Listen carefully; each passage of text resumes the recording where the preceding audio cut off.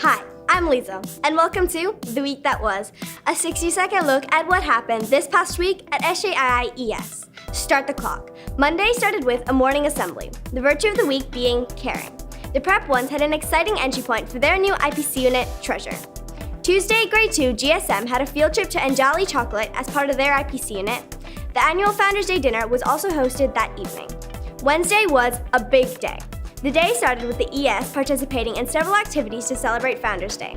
The UES and high school students also attended the Founders Day Mass, which was followed by the Founders Day Assembly. After that, the high school students all participated in an international food fair and got to watch an amazing cultural carnival performance. Thursday, the Grade 1s had a field trip to Sungay Below, and the Grade 3s had a field trip to Windsor Nature Park. Friday was a quiet finish to a busy week, with everyone settling in to their usual routines. On behalf of the Week That Was team, I'm Lisa, and we'll see you again next week.